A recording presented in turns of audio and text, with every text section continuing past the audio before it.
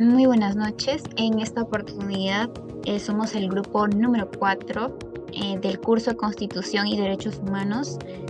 El título es Dificultad del Desarrollo Didáctico. Bienvenidos a nuestro podcast. Los integrantes Collante Serquín María José, Celis Maye María Isabel, González Ramos Artur y mi persona, Quispe Machuca Yeselia Edith, con nuestra docente Elizabeth Jude. Hola, bienvenidos al podcast educativo. En esta oportunidad hablaremos sobre educación y propuestas de estrategias didácticas. ¿Cómo se sienten los estudiantes con la enseñanza brindada por los docentes en el Colegio Segundo C de la Institución Educativa Naciones Unidas en Lurigancho, Chosica? Como bien sabemos, la educación es una base importante y fundamental de una sociedad, y debido a esta importancia nos enfocaremos en una problemática en la educación primaria, que son las limitaciones encontradas en el programa educativo sobre el plan curricular. En este podcast abordaremos la situación actual y brindaremos una propuesta de mejora para la educación. La educación es una suma importancia en nuestra sociedad y todos debemos recibir y tener acceso a la educación de calidad. Esto se respalda por nuestra Constitución Política, que menciona en el artículo 13, donde se establece que toda persona tiene derecho a la educación. Además, se reconoce el derecho a los padres de familia a escoger el tipo de educación que desea para sus hijos. Asimismo, en el artículo 16, que el Estado tiene el deber de garantizar una educación integral y de calidad para todos los peruanos. Bueno, contamos con la presencia de Yesenia Celis Maye. Ella es una licenciada en Educación Primaria y magíster en Administración Educativa en el Segundo C de la Institución Educativa Naciones Unidas, Lurigancho, Chosica. Ella conoce la problemática más de cerca y vamos a conversar con ella. Muy buenas noches, Yesenia. ¿Cómo estás? Buenas noches, estimados alumnos.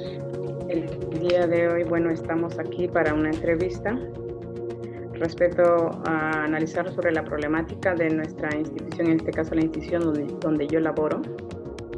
Bien, encantada, ¿no?, por haberme tal vez tomado en cuenta en esta oportunidad para poder conocer un poco más sobre la realidad educativa, en este caso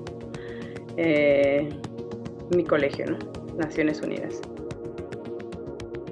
Sí, mucho gusto. Le doy el pase a mi compañero Arturo para que pueda dar pase a las preguntas. Buenas noches, licenciada Yesenia Celis. Yo voy a iniciar con las preguntas que va a poder usted respondernos de acuerdo a su experiencia, a su capacidad educativa que ha logrado a partir de los años que ya tiene en la docencia. Y vamos a iniciar con la primera pregunta, que es: ¿cómo encuentra usted el plan curricular anual del Segundo C de la Institución Naciones Unidas? Bien, en cuanto a lo que es la programación o la planificación curricular anual, en lo que es en nuestra institución, nosotros somos docentes. En mi institución, el grado en sí consta de 4 secciones, ¿no? En una de ellas es la mía, que es la del Segundo C, que estamos mencionándolo. Nosotros los colegas conocemos la planificación anual, ¿no?, para el grado. Nos juntamos todos y hacemos un trabajo colegiado, ¿no?, en la cual todos tenemos que coincidir con los temas que vamos a trabajar antes y después de cada, en este caso, para el año, ¿no? Por eso se llama anual, porque es para el año. Bien, y todos tenemos que coincidir qué debilidades hubo un año anterior para poder, de acuerdo a ello, analizando un antes, para recién nosotros programar lo que realmente el niño requiere, ¿no? Qué debilidades ha tenido, y de acuerdo a ello nosotros vamos a ir planificando. Entonces, ¿cómo encontramos nosotros el plan curricular anual, en este caso en nuestra institución? Esto se va renovando anualmente, lo hacemos a principios de año. En este caso, y las clases inician normalmente en marzo, y nosotros, las 2 primeras semanas que son de gestión, nos dedicamos a hacer la planificación para el año, ¿no? Y esa planificación está separada por experiencias de aprendizaje se llamaba en lo que es época de pandemia, y ahora en la actualidad se conoce como unidad de aprendizaje, ¿no? Que consta de un mes. Y en el año está diversificado o está planificado para 9 o 10 unidades, ¿no? Y todo ello consta de la planificación curricular anual del grado.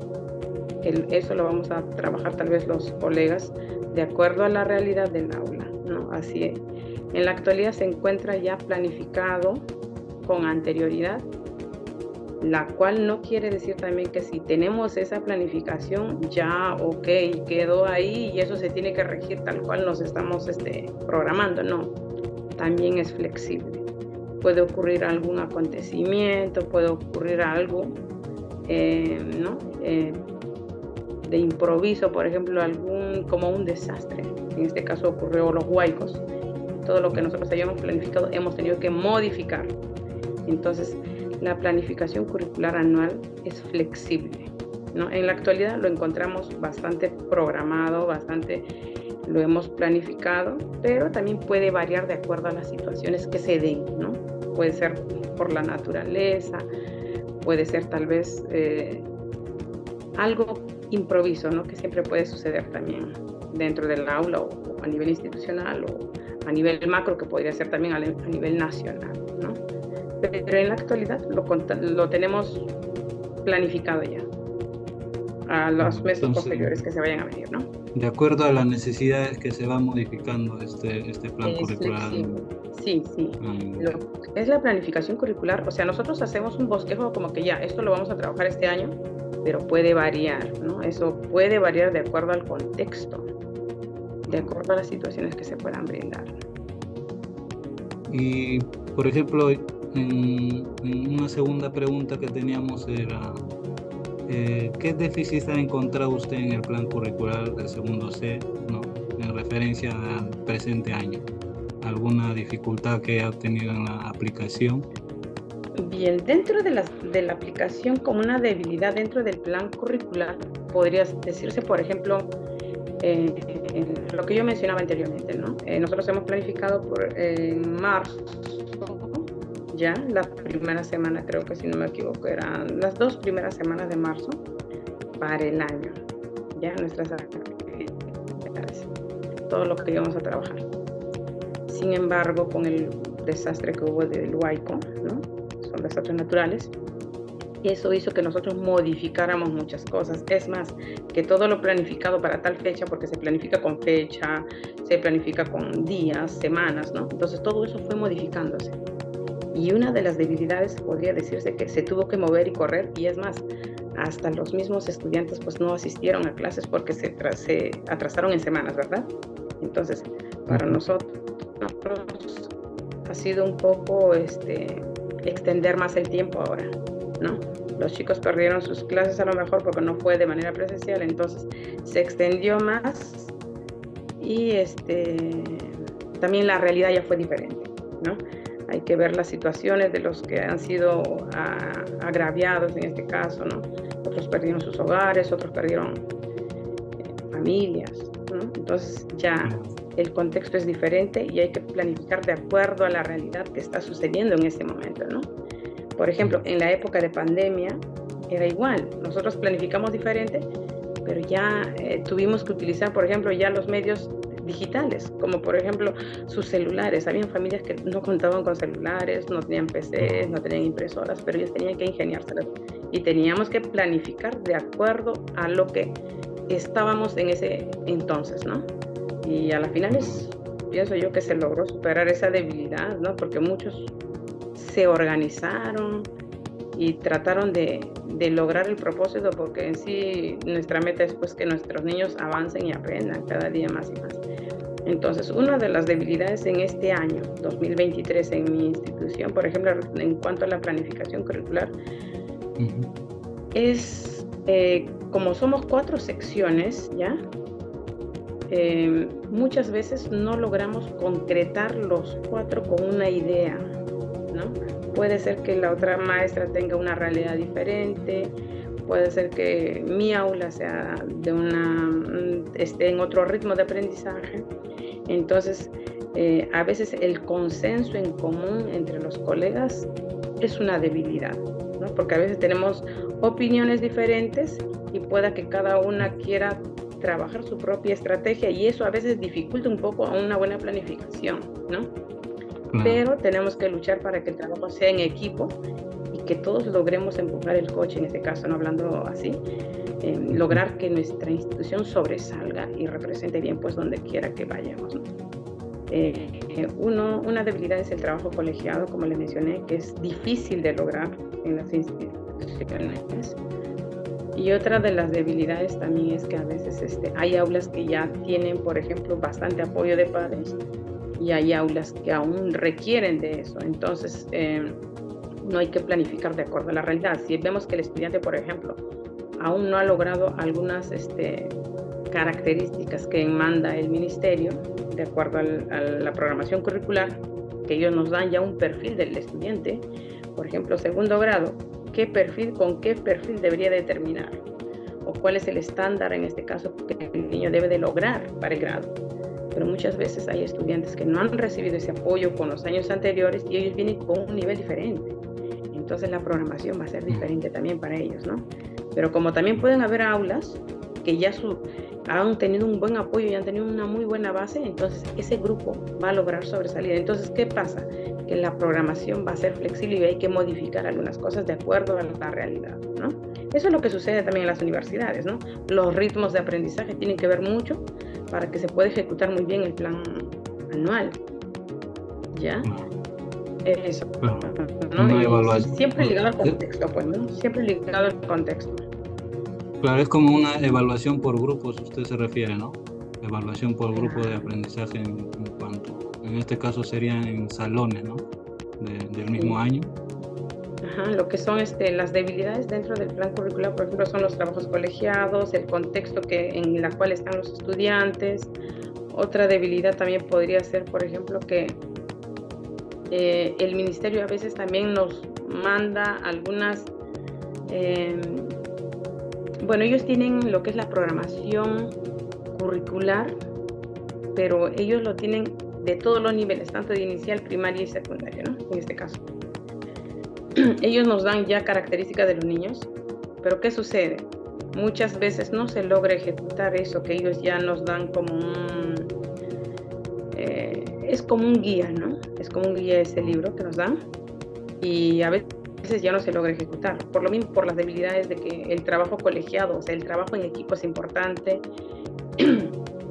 el contexto y bueno, hay otras características más, a veces también la infraestructura, ¿no? Y muchas cosas que hay debilidades en las instituciones. En el caso de mi institución es el trabajo colegiado y es los diferentes ritmos de aprendizaje que hacen que varíe algunas cositas en lo que es el plan curricular, ¿no? Del grado en este caso. Y en cuanto a la aplicación que usted hace del plan curricular en sus estudiantes del segundo grado C, ¿cómo usted más o menos nos podría dar algunas luces, ¿no?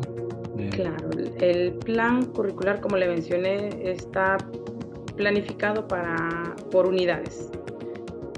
Por ejemplo, una unidad puede durar 3 semanas o 4 semanas. Ahora, este mes, por ejemplo, estamos entrando ya a lo que es julio, entonces estamos entrando a fiestas patrias. Y mi experiencia de aprendizaje o mi unidad de aprendizaje mi eje central va a ser todo lo que son patriótico, ¿no? Todo lo que es patriótico. Entonces, ¿cómo lo voy a aplicar eso en mi aula? Bien, las áreas se van a integrar, matemática, comunicación, personal, ciencia, ¿no? Todas las áreas se van a integrar hablando al tema central en este caso, que va a ser todo patriótico, ¿no? Hablaremos en arte, representaremos en matemática, hablaremos los problemas alusivos al tema que estamos tratando, ¿no? A mi experiencia de aprendizaje. Y voy a tratar de que todo lo que he programado en la experiencia de aprendizaje va a aterrizar en mi sesión de aprendizaje, o sea, en mi clase diaria, ¿no? La experiencia, si se divide en 4 semanas o en 3 semanas, esa semana en esa semana tengo que programar sesiones para cada día, ¿no? Y cada día voy a tener que aplicar mi estrategia con los chicos de acuerdo a lo que yo he planificado. Tal vez esta semana me toca, por ejemplo, que me toque símbolos patrios. Entonces, lo realizaré. En comunicación será una lectura, en matemáticas será a través de problemas, en arte será tal vez van a dibujar, van a colorear, van a utilizar una técnica, ¿no? Entonces, va a ir aterrizando todo eso en mi clase diaria, ¿no? Pero en conclusión, el todo va a ser todo lo que son fiestas patrias, ¿no? Ahora, estoy aplicando el contexto porque viene con todo lo que es la celebración nacional de las fiestas patrias y que ellos conozcan un poco más sobre la realidad también, ¿no? De todos nuestros héroes, próceres, independencia y todo ello. Todo eso es en la experiencia que estamos planificando, en este caso, julio, ¿no? Si hablábamos en junio, era diferente, el tema era diferente y las sesiones eran diferentes, ¿no? Entonces, esa actividad lo voy aplicando de un macro a un específico, ¿no? Lo voy desglosando por partes y va aterrizando en cada área, ¿no? Y es pues de menos a más, al final es un todo, ¿no? Al final ya lograrán pues los niños representar y todo ello, ¿no? O sea, más o menos plantea como objetivos cortos y a largo plazo, ¿no? Claro, en esas 3 semanas yo debo de culminar todo lo que he planificado, ¿no? En el área de personal, en el área de ciencia, en matemática, en comunicación, en arte, y es más, hasta en tutoría, ¿no? Todo ello debe de ser integrado para poder, para que el aprendizaje sea muy significativo, ¿no? Y el estudiante pues enriquece eso porque en cada área estoy fortaleciendo casi con los mismos temas, pero de acuerdo a su área, ¿no? Entonces, el niño sale muy enriquecido de verdad y es más, ellos encantados, ¿no? Y si representan y actúan, mucho más. Entonces, de esa manera voy aplicando yo lo que he programado en el plan curricular, en este caso, por meses, de acuerdo a los temas generales o los títulos de mi experiencia, que todos van a tener mucha relación con todas mis sesiones. Y en cuanto a las modificaciones que hizo usted en el plan curricular, ¿alguna experiencia que quiera resaltar? Claro. Dentro, como le dije, ¿no? Esto es flexible, nada está dicho ya se realiza de esta manera y así es, no. ¿Por qué? Porque siempre pueden haber variaciones. Ahora, en la última modificación que hemos realizado, por ejemplo, fue, se ha corrido, por ejemplo, nuestra planificación desde el desastre que hubo de los huaicos. Nosotros aún seguimos recuperando clases, en este caso lo que es UGEL 15, Huarochirí, yo ahorita estoy perteneciendo a la UGEL 15. Estamos recuperando clases, por ejemplo, los días sábados, una vez al mes, los sábados por 5 sábados vamos a recuperar, prácticamente en 5 meses, ¿no? Un sábado de cada mes. Ahora, ahí hay una variación. Se ha modificado mi plan curricular, ¿por qué? Por un desastre natural que nadie se lo esperaba. Entonces, eso hace que varíe. Ahora mis clases son los sábados. Es más, hasta los estudiantes tienen que adaptarse y ellos también planificarse de acuerdo a lo que nosotros ya hemos organizado. Entonces ya los papitos tienen un cronograma de nuestra planificación. Papitos, por cierto, el 15 de julio nos toca recuperación. Ok, también nos toca en agosto tal fecha. Entonces ya las mamás se organizan, ¿no? ¿Qué quiere decir? Una planificación anticipada y bien organizada e informada a tiempo, pues no va a incomodar ni al papá ni al docente. Y yo pienso que Minedu también con tiempo nos anticipa y las instituciones también ya, bueno, se planifican, ¿no? Entonces, la última modificación que se ha realizado es a través del desastre natural, ¿no? Y esto, al inicio, claro, a todos los maestros nos ha incomodado, ¿no? Digo, ay, pero qué culpa tenemos, ¿no? Y un poco, tal vez por una parte, como ser humano, hablando, ay, no, pero es la realidad que nos toca vivir y hay que aprender a vivir con ello día a día. Y que nuestros niños también tienen que aprender que o sea, nadie está libre de un desastre, ¿no? Podría ocurrir, esta vez ocurrió un huaico, puede ocurrir un temblor, un terremoto, una pandemia, ¿no? Entonces, son cosas que nadie se las espera, pero hay que aprender a llevar, ¿no? Y a superar esto de la mejor manera, y de la mejor manera es planificarlo, pues planificarlo dándole soluciones, dándoles alternativas. Esto es lo que yo le podría decir, ¿no? Como adaptarse a la situación, ¿no? Que se presenta. Adaptarse bastante a la situación, ¿no? En este caso, pues esto ha ocurrido a nivel región, si no me equivoco, ¿no? Entonces, sí. Eso es la última modificación que hemos realizado. Bueno, voy a dar pase a mi compañera que va a continuar con las preguntas. Ok. Gracias. Muy bien, licenciada Celis. Bueno, para continuar con las preguntas, ¿cómo cree usted que se debe capacitar a los docentes para que puedan aplicar las estrategias didácticas adecuadas? Bien. Justo sobre esos temas, siempre en el caso de los maestros, en mi opinión, a los maestros se debería de capacitar de manera permanente, ¿no? De manera permanente, ¿por qué? Porque nosotros estamos en un cambio constante. Estamos constantemente, tenemos que estar actualizándonos. Entonces, muchas veces el ministerio sí realiza sus capacitaciones. Por ejemplo, yo comentaba con mi colega Eva, ¿no? Mira, están haciendo capacitaciones porque cambió toda la currícula, ¿ok? Cambió toda la currícula. Antes era diseño curricular, ahora es diferente, ahora es programación curricular porque ha variado. Por ejemplo, las calificaciones antiguamente eran, creo que, ¿no? Con números, ahora es con letras, ¿no? Ahora es cuantitativo y ahora es cualitativo. Entonces, ¿qué sucede? Todo cambia.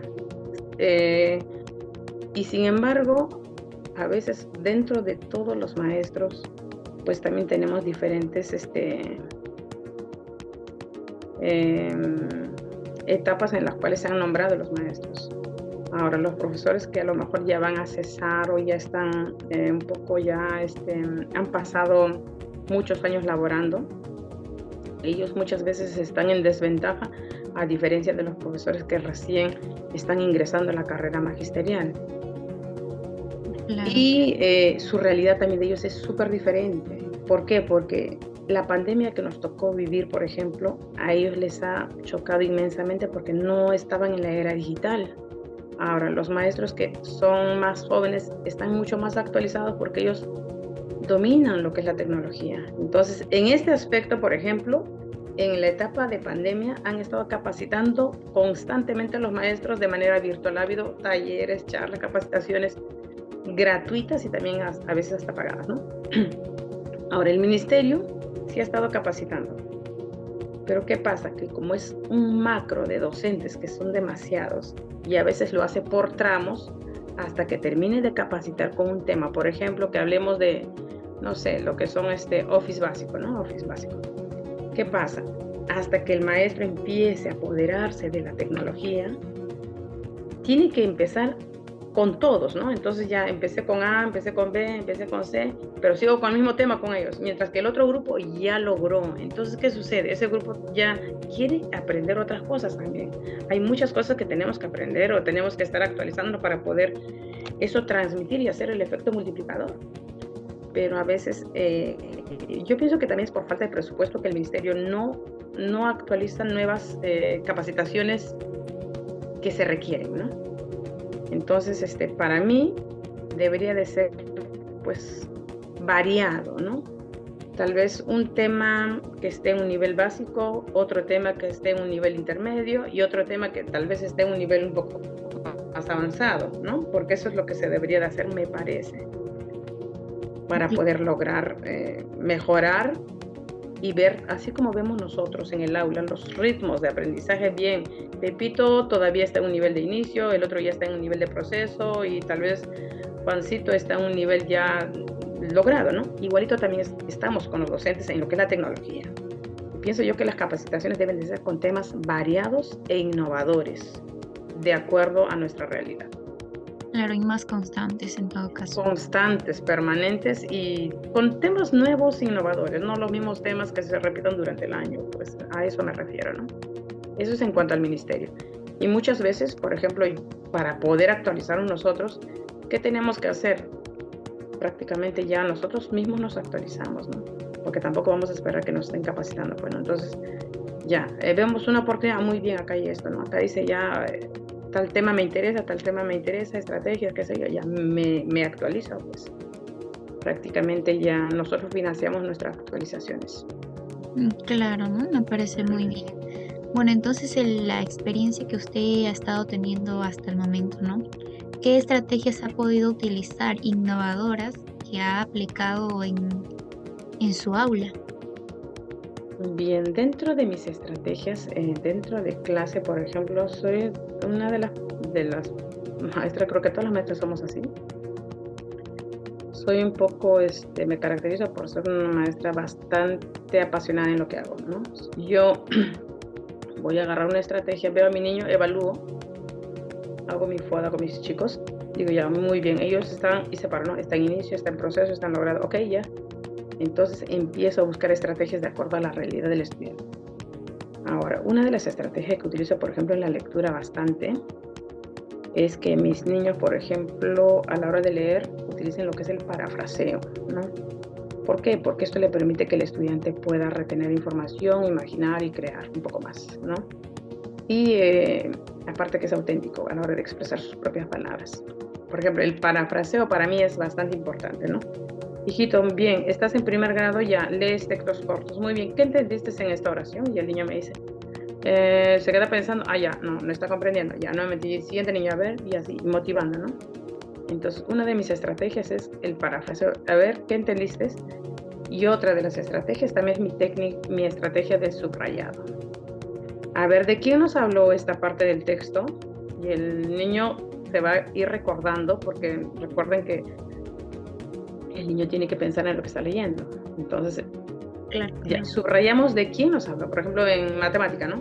Chicos, ¿cuáles fueron los datos más importantes? ¿De quién nos sale el problema de tal persona? ¿Qué nos dice de esa persona? Dice que tiene 5 naranjas. Bien. Entonces, estamos analizando, pero subrayamos la pregunta retadora. O sea, siempre mi técnica de subrayado, mi estrategia de subrayado. Otra de las estrategias que siempre me parece importante también dentro del aula es, bueno, uno es el parafraseo, la estrategia del subrayado, la estrategia de la lectura en cadena, por ejemplo, en caso de lectura, que le ayuda bastante a los chicos a la que es la concentración, ya todo lo que es la concentración y fuera de ello también la lectura grupal, ¿no? Entonces son estrategias que se trabajan dentro de clase. Y el uso de material concreto, que también es muy importante en el caso de matemáticas. Las matemáticas anteriormente pues parecían aburridas, ¿no? Porque todo era abstracto, ¿no? Desarrollamos un tema en la pizarra, no. Ahora casi todo es con materiales, ¿no? Que las matemáticas tienen que ser divertidas para que al niño le apasionen y le encanten. Entonces, una de mis estrategias es que los niños aprendan bastante lo que es usando sus materiales, ¿no? Si hacemos la suma, usando materiales. Reconocemos lenguaje matemático, chicos, lenguaje matemático. Entonces, por ejemplo, saber cuándo hay que hacer qué operación. Dentro del problema nos indica qué operación vamos a realizar. Entonces, el niño tiene que aprender a hacer su estrategia encontrando palabras sinónimos, ¿no? Subrayados. Pero casi en lo que es el área de matemática es uso constante de material concreto.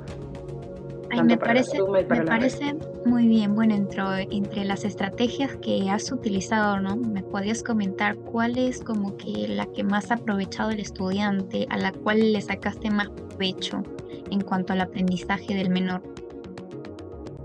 Bien, la que me ha parecido bastante provechosa, por ejemplo, para el área de matemática, nosotros trabajamos con el método de Polya, ¿ya? En matemática. Y una de las estrategias que me pareció bastante provechosa, por ejemplo, es el uso de material concreto, como le mencioné, pero con la técnica del subrayado. ¿Ya? Esa es una de las estrategias y el trabajo en equipo. Por ejemplo, ya, bien, estamos hoy, por ejemplo, en mi clase fue así. Chicos, como siempre hago por grupos, grupo 1, grupo 2, grupo, o sea, variar las estrategias, no siempre utilizar la misma estrategia, porque si utilizamos también siempre la misma estrategia, al niño le parece aburrido. Entonces siempre hay que innovar, ¿no? Por ejemplo, hice mi lectura, chicos, traigo 3 sobres, son 3 grupos, ya. Jefes de grupo vienen, les entrego los sobres, digo, a ver chicos, y ellos están rompecabezas con la imagen que les he dado, ¿no? Ya, ¿de qué hablaremos hoy? O sea, hacer que mi clase sea motivadora. Y el niño va a agarrar, va a descubrir, va a armar en la pizarra, Miss, es una araña o es, no sé, un animal, ¿no? Chicos, ¿de qué creen que hablaremos el día de hoy? Entonces, el niño va y dice, ay, no, Miss, hablaremos de la araña o sea, dan sus hipótesis. A partir de esa hipótesis, muy bien, y a ver, y opina tal, muy bien, anotamos sus hipótesis. Luego, una vez que ellos descubren a través de la lectura de qué trató esa lectura, ahí vamos a contrastar la hipótesis con lo que ellos han leído para poder ver si realmente era lo que ellos pensaban, ¿no? O sea, damos un poquito como que al niño le despertamos, ya hablándole un poco más de, mira, ellos parafrasean, cosa que también los docentes, los estudiantes de las universidades lo hacen, full parafraseo para poder hacer tesis. O sea, el niño ya, o sea, desde pequeño ya ellos parafrasean. Ahora, siguiente, ellos descubren, contrastan hipótesis con lo que han descubierto y a ver si es verdad o es mentira lo que yo estaba proponiendo, ¿no? Entonces, ese contraste también hace que el niño, mira, desde pequeño ya está ya con una visión y en la investigación hay que hacer eso, pues, ¿no? Nuestra hipótesis hay que tener que contrastar al final con los resultados que hemos obtenido. Entonces, vamos inculcando un poco ya a que el niño ya se vaya con esa visión de que sin darse cuenta está investigando. Sin darse cuenta, está solucionando problemas, ¿no? Entonces, inconscientemente el niño ya maneja algunas estrategias que muchas veces a muchos docentes nos ha costado todavía en la universidad, en la maestría, ¿no? Hipótesis, ¿qué esto? ¿Qué resultado? ¿Qué hay que contrastar? O sea, y el niño desde ya lo hace, desde el colegio lo está haciendo. En ciencia, por ejemplo, el niño indaga bastante, hace sus experimentos y todo lo demás y tiene que finalmente hacer su pregunta problemática, ¿no? Entonces, creo yo que en ese aspecto es una gran fortaleza, ¿no? Utilizar las estrategias que en algunos casos pues el ministerio también nos brinda y eso es para mí una fortaleza también de parte de la programación general que hace el ministerio, ¿no? Así como tiene muchas fortalezas, también a veces hay algunas debilidades, pues, ¿no? Eso también hace que la clase sea como más dinámica y puedan aprender más los estudiantes, ¿no?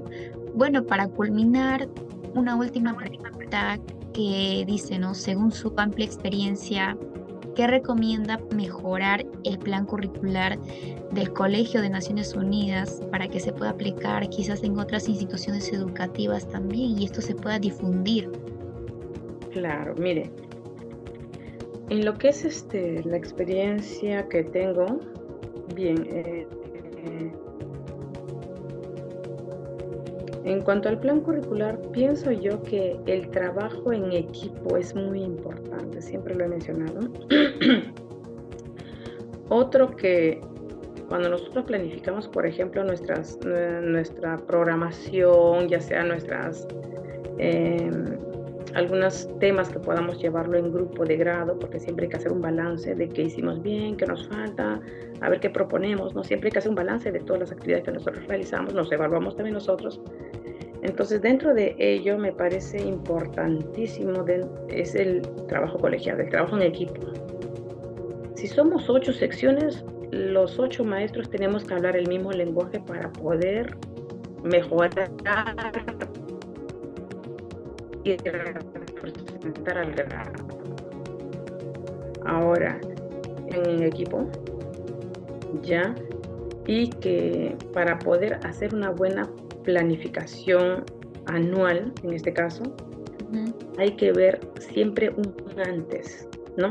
Yo no podría planificar, ¿sabes qué? Voy a hacer esto mañana y esto voy a hacerlo, pero primero tengo que ver qué insumos tengo yo para poder planificar de manera asertiva y adecuada, ¿no? Y mi niño de segundo grado yo estoy con segundo grado, yo tengo que ver cómo culminó su primer grado para poder mejorar eso, para ver sus debilidades y sus fortalezas, y de acuerdo a eso yo tengo que programar, ¿no? Entonces, Una recomendación es siempre mirar un antes de, para de acuerdo a ello, recién empezar a partir con mis chicos. Entonces yo planifico habiendo visto cómo va su diagnóstico, ¿no? También los doctores, por ejemplo, no les podrían recetar algo si no saben qué es lo que has tenido antes, ¿no? Siempre hay un antes de. Ya, de la misma manera es en las instituciones y en los colegios. Para hacer una programación, porque es algo que tú vas a ejecutar, tienes que ver qué fortalezas y qué debilidades tienes con tus estudiantes. Entonces, ver el diagnóstico, trabajo en equipo y también pienso yo que el docente debe de dominar y leer bastante para poder hacer un buen trabajo, ¿no? Actualizarse constantemente. Esas serían mis recomendaciones. Siempre estar con su mente positiva, innovadora, preparado para el cambio, ¿no? Para los grandes retos que siempre se nos presenta, pues, ¿no? Porque siempre hay retos que superar, mejorar. Eso sería lo que yo podría recomendar Gonzalo y Yeseli, ¿no? Así es, licenciada Ceres. Bueno, el podcast de hoy nos sirvió mucho para saber que siempre hay que estar actualizándonos y mejorándonos día con día, ¿no? A pesar de que pasen muchas cosas, tenemos que innovarnos siempre. Le agradecemos por su presencia el día de hoy a usted, gracias también a mi compañero Gonzalo. Muchísimas gracias por contar hoy día con su presencia y bueno, vamos a tratar de difundir esto para que llegue a más personas y que también podamos mejorar en muchos aspectos en cuanto al ámbito educativo. Muchas gracias por tomarme en cuenta. De la misma manera, espero que lo poco que haya mencionado pues sea provechoso para algunas personas. Y como lo mencioné en un inicio, pues todos estamos aprendiendo y yo creo que nunca se deja de aprender y vamos a seguir aprendiendo, ¿no? Hasta el día de nuestra muerte. Entonces, el ser humano está para seguir aprendiendo, ¿no? Un constante cambio, innovando y eso, pues, ¿no?